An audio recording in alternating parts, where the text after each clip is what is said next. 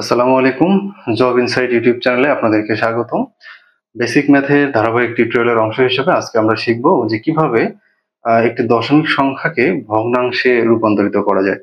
তো দেখুন যে যাদের অঙ্কে বেসিক মোটামুটি ভালো আছে, আপনাদের এই বিষয়গুলো আপনারা ইতোমধ্যে জানেন। তো সেক্ষেত্রে আপনারা ভিডিওটি স্কিপ করতে পারেন। আর যাদের দুর্বলতা রয়েছে তারা আপনারা ভিডিওটি শেষ পর্যন্ত দেখবেন। আশা করি উপকৃত হবেন।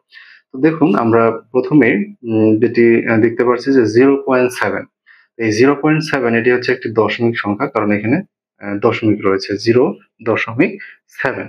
তো এটিকে আমরা কিভাবে ভগ্নাংশে নিয়ে আসতে পারবো, এবং ভগ্নাংশ মানে হচ্ছে কিন্তু লব বাই হর। ভগ্নাংশ মানে হচ্ছে কি, যে উপরে লব থাকবে এবং নিচে হর থাকবে, এরকম একটি রূপে নিয়ে আসতে হবে। তো যেহেতু লব বাই হর আকারে নিয়ে আসতে হবে, এজন্য আমরা এখানে কি করব, প্রথমে আমরা একটা ভাগ চিহ্ন দিয়ে রাখবো। অর্থাৎ উপরে আমার লব থাকবে এবং নিচে হর থাকবে। তাহলে এখন এই লব কি হবে আর হর কি হবে? তো লব আমরা বসানোর জন্য প্রথমে চিন্তা করব যে এখানে কোনো দশমিক নেই। কোনো দশমিক নেই। দশমিককে যদি আমরা এখানে থেকে উঠিয়ে দেই, তাহলে আমার এখানে দাঁড়াচ্ছে 0.7। তো 0.7 এবং 7 দুইটি একই জিনিস। ঠিক আছে? আমরা জানি যে কোনো একটি সংখ্যা বা সংখ্যার সামনে যদি 0 থাকে তাহলে সেটির কোনো প্লেস ভ্যালু নেই। যে কারণে আমরা এই 0.7 এবং 7 একইভাবে আমরা 7 এখানে বসাতে পারি। ঠিক আছে? তাহলে আমরা লব হিসেবে কি বসাবো? যে দশমিককে আমরা উঠিয়ে দিয়ে যে পুরো সংখ্যাটাকে আমরা এখানে লব আকারে বসিয়ে দিতে পারবো। আর হর আকারে আমরা যে সংখ্যাটিকে বসাবো সেটি হচ্ছে যে, এখানে দশমিক যেহেতু রয়েছে এবং দশমিক থাকার কারণে অলওয়েজ কি হবে? 1 বসবে। এটি মনে রাখতে হবে যে এই দশমিক সংখ্যাকে যখন আমরা ভগ্নাংশে নিয়ে যাব, তখন আমরা মনে রাখবো যে এখানে অলওয়েজ 1 বসাতে হবে। এখন এই 1 এর পরে আমরা লক্ষ্য রাখবো যে এই দশমিকের পরে আসলে কতটি সংখ্যা রয়েছে। তো এখানে আমরা দেখতে পাচ্ছি যে একটি সংখ্যা রয়েছে। তো আমরা দেখব যে যতটি সংখ্যা রয়েছে এই একের পরে ঠিক ততটি শূন্য বসাতে হবে। অর্থাৎ দেখুন যে 0.7 মানে হচ্ছে 7/10, অর্থাৎ 7/10, অর্থাৎ 7/10 এটি এবং এই 0.7 একই মান। এটি হচ্ছে দশমিক রূপ এবং এটি হচ্ছে ভগ্নাংশ রূপ। ঠিক আছে?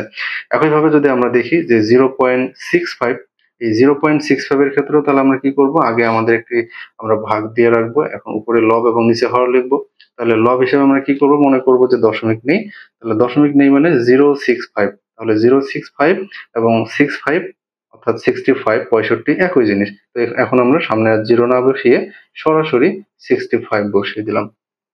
এবং একইভাবে দশমিক থাকার কারণে আমরা 1 বসালাম এবং ঠিক আগের মতোই আমরা লক্ষ্য রাখবো যে দশমিকের পরে ঠিক কতটি সংখ্যা রয়েছে। তাহলে আমরা দেখতে পাচ্ছি যে দশমিকের পরে 6 একটি এবং 5 একটি, দুইটি রয়েছে সংখ্যা, যে কারণে আমরা কি করব, এখানে দুইটি আমরা 0 বসিয়ে দিব। অর্থাৎ এই 65/100 এটি হচ্ছে এই 0.65 এর ভগ্নাংশ রূপ। এটিকে আবার কাটাকাটি করা যায়। এটিকে আমরা যদি 5 দিয়ে আবার কেটে ফেলি, তাহলে আমার কত এখানে দাঁড়াচ্ছে হচ্ছে 13, আর এদিকে দাঁড়াবে হচ্ছে 20। অর্থাৎ 5 13 হচ্ছে 65 এবং 5 20 হলো 100।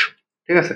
তাহলে 13/20 এটি অন্য রূপ। যাই হোক, এটিকে পরে পরে আমরা পরবর্তীতে কেটে এরকম নিয়ে আসতে পারি। তবে বাস্তবিক অর্থে 0.65 এই দশমিক অংশের বা এই দশমিক যে সংখ্যাটি, এটির ভগ্নাংশ রূপ হচ্ছে 65/100।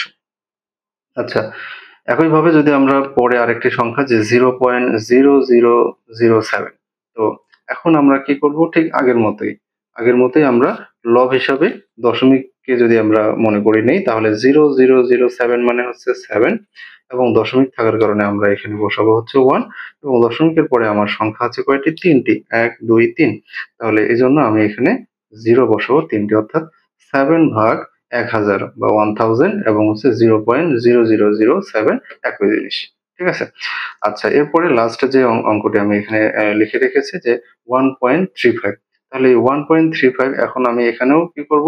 একই কাজ করব যে এগুলোতে আমরা দেখলাম যে প্রত্যেকটার সামনে 0 ছিল। বাট এখানে কিন্তু আমরা দেখতে পাচ্ছি যে 1.35। তো এখানেও আমরা কি করব? মনে করব পয়েন্টটি নেই। তাহলে পয়েন্ট যদি না থাকে, এবার কিন্তু আর সামনে 0 নেই। তাহলে এবার এই 1 টাকে আমাদের কাউন্ট করতে হবে, অর্থাৎ 135।